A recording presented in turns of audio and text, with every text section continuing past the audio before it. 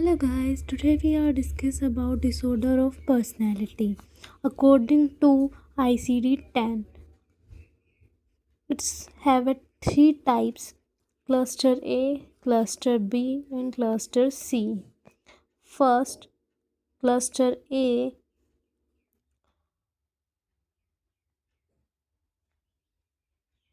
First cluster A जिसे हम odd and eccentric बोलते हैं, cluster B odd and erratic बोलते हैं, and cluster C odd and एक्सिनोस बोलते हैं.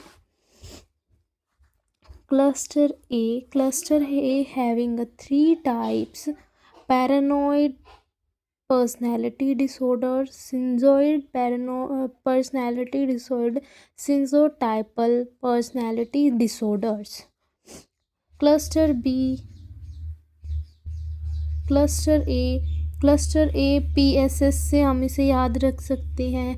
क्लस्टर बी NABH से हम इसे याद रख सकते हैं.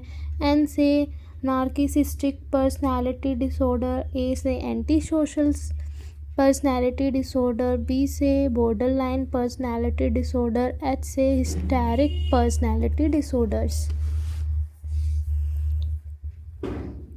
Cluster C passive aggressive personality disorder, OCPD नहीं OCPD disorders, OC obsessive compulsive personality disorders.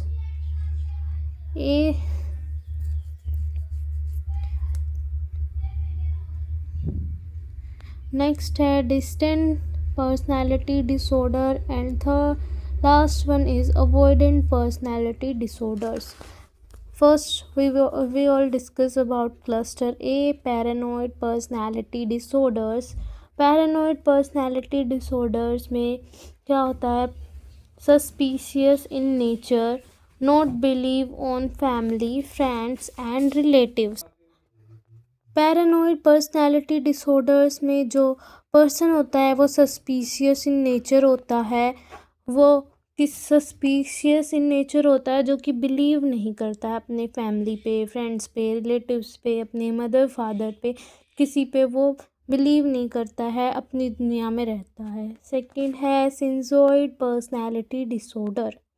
इसमें जो पर्सन हैं वो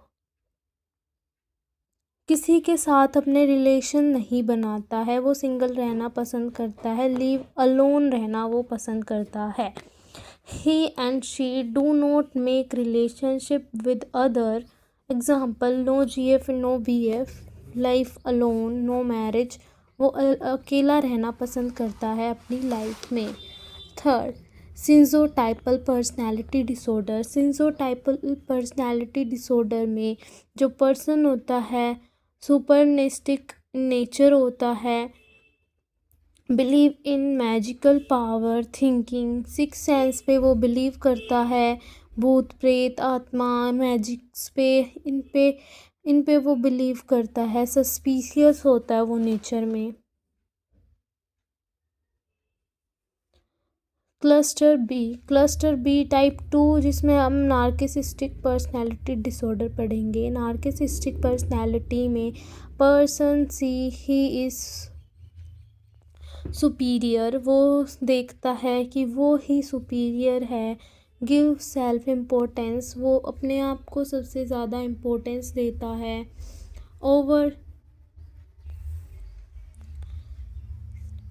over estimation of self and underestimate other. खुद को ओवर एस्टिमेट करता है और दूसरों को अंडर एस्टिमेट करता है, अपने आप को सबसे ऊपर रखता है कि वो ही है दुनिया में जो है, अपने आप को ही मानता है, सेल्फ इम्पोर्टेंस देता है वो अपने आप को. Borderline personality disorder. Borderline personality disorder में पर्सन रिलेशनशिप बनाता है पर उसे मेंटेन नहीं कर पाता है. जैसे लड़के लड़कियां GF BF बना लेते हैं और बॉर्डर लाइन जब शादी करने का टाइम आता है तब उस रिलेशन को मेंटेन नहीं कर पाते. बॉर्डर लाइन पर्सनैलिटी में वो पीछे हट जाते हैं बॉर्डर पे आके. person make relations but does not maintain IPR interpersonal relationship, वो अपने रिलेशनशिप को मेंटेन नहीं कर पाते। Anti social personality disorder, person do not follow rule and regulation of society. Anti social, society से अपोजिट वो वर्क करता है, वो रूल्स रेगुलेशंस को फॉलो नहीं करता अपनी सोसाइटी को, और जो वो काम करता है वो अगेंस्ट करता है सोसाइटी से। Historic personality, dramatic in nature होती है ये। पर्सन सेल्फ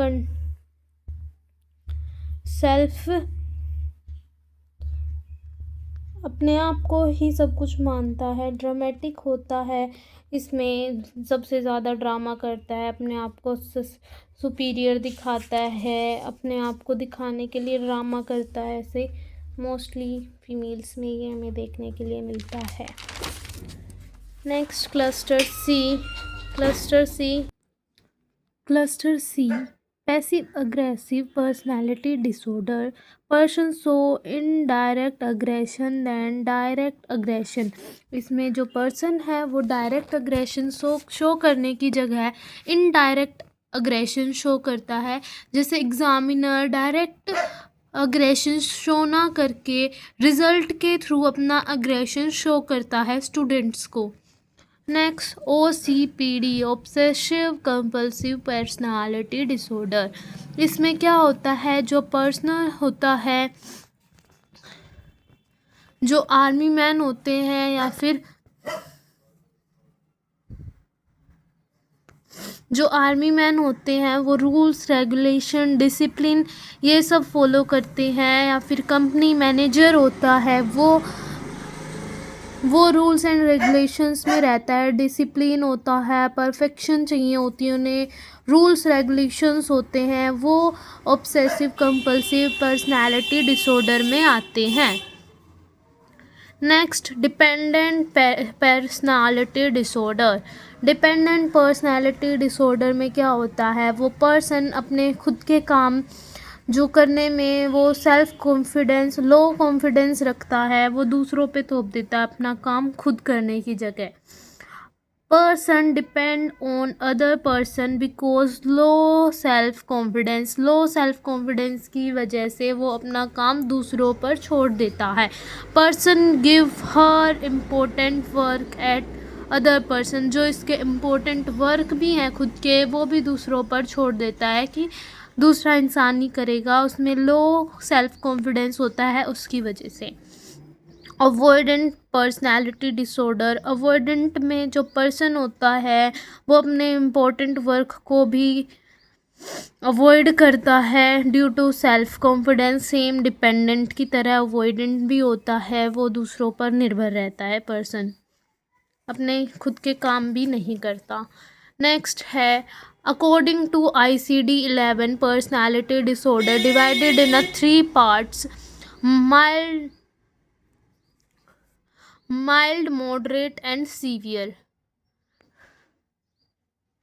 जो माइल्ड होता है, माइल्ड डिसएडजस्टमेंट होती है विद पर्सनैलिटी, वो एडजस्ट नहीं कर पाता सोसाइटी या फिर अपने वर्क के साथ। जो पर्सन होता है इजीली मैनेज कर सकते हैं हम इसको, इसमें हमारा हॉस्पिटल रिक्वायर्ड नहीं होता है और ना ही ड्रग और साइकोथेरेपी हमारे इसमें रिक्वायर होती हैं। मॉडरेट में हमारा मॉडरेट डिसएडजस्टमेंट होती है पर्सनालिटी के साथ, वो एडजस्ट नहीं कर पाता पर्सनालिटी के साथ, डिफ़िकल्ट होता है थोड़ा सा माइल्ड से मैनेज करना, ट्रीटमेंट रिक्वायर्ड नहीं होता है, इसे हम साइकोथेरेपी से ट्रीट कर सकते हैं। Severe disadjustment with personality required hospitalisation required होती है, साइकोथेरेपी रिक्वायर होती है, ड्रग्स रिक्वायर्स होती है इसमें। Diagnosis of mental illness, diagnosis क्या होते हैं, firstly we are performing a history collection and physical examination, family history लेंगे हम, पर्सनल हिस्ट्री हम लेंगे, फिज़िकल एग्ज़ामिनेशन में हम मेंटल स्टेटस एग्ज़ामिनेशन हम करेंगे। मोस्ट कॉमन डायग्नोस्टिक टेस्ट होता है, इसमें इम्पोर्टेंट होता है असेस करना मेंटल स्टेटस ऑफ पेशेंट की मेंटल स्टेटस को असेस करने के लिए। नेक्स्ट हम MMSE करते हैं, mini mental status examination. Mini mental status examination में हम साइकोलॉजिकल टेस्ट भी करते हैं और पर्सनालिटी टेस्ट करते हैं। कंपोनेंट क्या होते हैं हमारे MSC के मेंटल स्टेटस एग्ज़ामिनेशन के, हम इसे ट्रिक से याद कर सकते हैं। अ स्मार्ट पर्सन, ए से जनरल अपीयरेंस हम इसमें चेक करेंगे, स्पीच हम उसकी चेक करेंगे, मूड अफेक्शन हम चेक करेंगे, देन हम थॉट थिंकिंग प्रोसेस उसका चेक करेंगे, then perception, insight and cognition में हम orientation, judgement, contraction, attention, memory या एब्स्ट्रैक्ट थिंकिंग हम इसमें चेक करते हैं। MME mini mental status examination, ये हमारा न्यूमेरिकल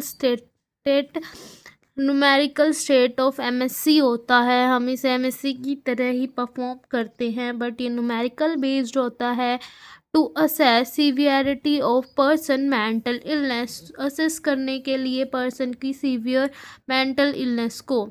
ये डिस्कवर किया गया था डॉक्टर मार्शल फोली इन 1975 में ये डिस्कवर किया था। इसका टाइम था 5 to 10 minute.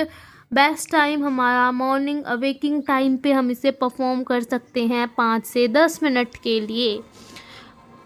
Component of MMSE orientation, जिसमें हम 10 मार्क्स देंगे 10 क्वेश्चंस के। रजिस्ट्रेशन 3 क्वेश्चंस होंगे 3 मार्क्स के।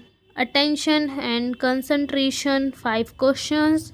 Recall recent memory 3 questions. Language 9 question. Total score जो होगा MMSC का 30 मार्क्स का होगा। If MMSC score about 24 to 30, no cognitive impairment हम इसमें देखने के लिए देखेंगे। सेकंड हमारा 18 to 23 होगा तो माइल्ड विद इम्पेयरमेंट होगा। 10 to 17 mild moderate with impairment हमें देखने के लिए मिलेगी। बिलो 9 होगा तो सीवियर इम्पेयरमेंट देखने के लिए हमें मिलेगी। Next psychological personality test, third test हम परफॉर्म करेंगे psychological personality test. It's having a 2 type, prospective and non prospective होता है, जिसे हम प्रोजेक्टिव और सब्जेक्टिव टेस्ट बोलते हैं, जिसे हम ऑब्जेक्टिव टेस्ट बोलते हैं। इसमें हमारे पास 4 टाइप्स होते हैं। इमेज टेस्ट होता है, used by image and cards के थ्रू हम इसे परफॉर्म करते हैं इनको। TAT, CAT, Rorschach and Bender Gestalt test होता है। टैट थेराप्यूटिक अपेयरसेप्शन टेस्ट होता है। CAT child apperception test होता है। और रोस्टर इंक बॉल टेस्ट भी हम इसे बोलते हैं। TAT this test discovered by Morgan and Mouse. 31 card are used, 30 card are human picture. जो 30 इसमें हम 31 कार्ड यूज़ करते हैं पेशेंट के लिए, और इसमें जो 30 कार्ड्स होते हैं वो ह्यूमन मतलब इंसानों की पिक्चर के होते हैं, और एक कार्ड ब्लैंक होता है। नाउ डेज 5 to 12 कार्ड हम यूज़ करते हैं for making the star by using of picture, mostly use in adult. ये हम मोस्टली यूज़ करते हैं अडल्ट में। टैट को हम यूज़ करते हैं अडल्ट में। अब हम 5 से 12 कार्ड इसमें यूज़ करते हैं। पहले इसमें 31 कार्ड्स यूज़ करते थे और 30 कार्ड्स जो होते थे वो ह्यूमन पिक्चर के होते थे और 1 कार्ड ब्लैंक होता था। एंड देन कैट हम बच्चों के लिए यूज़ करते हैं, जिसे हम चिल्ड्रन अपीयर एक्सेप्ट टेस्ट बोलते हैं। जो हमारा कैट है वो डिस्कवर्ड बाय लियोपोल्ड एंड बेलेंग के थ्रू ये डिस्कवर्ड किया गया था। इसे हम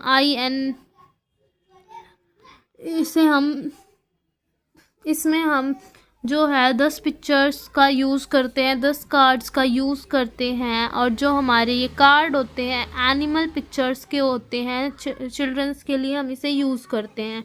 10 कार्ड एनिमल्स के होते हैं, जानवरों के हम इसमें यूज़ करते हैं। रोस्टर्स इंक बोल्ट टेस्ट जो होता है, इसमें हमारे 10 कार्ड यूज़ करते हैं, जिसमें से 5 कार्ड हमारे ब्लैक एंड वाइट होते हैं, 3 कार्ड हमारे ब्लैक और रेड होते हैं, और जो 2 कार्ड होते हैं वो हमारे मल्टी कलर के होते हैं। इसमें हम असेस करते हैं logic, interest and perception etcetera को हम असेस करते हैं। बेन गेस्टर्ट टेस्ट, इसमें हम 9 कार्ड का यूज़ करते हैं। It is a picture card, shape card like Oval. Picture card होते हैं, शेप होती है इसमें ओवल, रेक्टेंगल, स्क्वायर एक्सेट्रा हमें इसमें देखने के लिए मिलती है। It's give to patient for draw for assess visual motor response. इसमें हम असेस करते हैं विजुअल मोटर रिस्पॉन्स पर्सन का, उससे हम उस कार्ड को ड्रॉ करने के लिए बोलते हैं कि वो इस कार्ड में क्या देख पा रहा है। नेक्स्ट है हमारा नोन, जिसे हम ऑब्जेक्टिव भी बोल रहे थे। ऑब्जेक्टिव टेस्ट था, इसे हम मिनीसोटा मल्टीफेजिक पर्सनालिटी टेस्ट बोलते हैं। इसमें जो पर्सन है यस और नो में आंसर देता है। Next, treatment of mental illness. Treatment हमारा क्या होता है, 3 टाइप से हम ट्रीट कर सकते हैं। सोमैटिक, फिज़िकल थेरेपी हम दे सकते हैं, साइको फार्माकोलॉजी मतलब मेडिकेशंस के थ्रू, एंड साइकोथेरेपीज़। सोमैटिक में हम ईसीटी हम दे सकते हैं, वेगस नर्व स्टिमुलेशन हम दे सकते हैं, इसमें आरटीएमएस हम इसमें ट्रीटमेंट दे सकते हैं। RTMS repetitive transcranial and magnetic stimulation हम इसमें देते हैं। लाइट फोटोथेरेपी भी हम दे सकते हैं। Thank you for watching. Next video we will be discuss about ECT and the treatment of mental illness persons.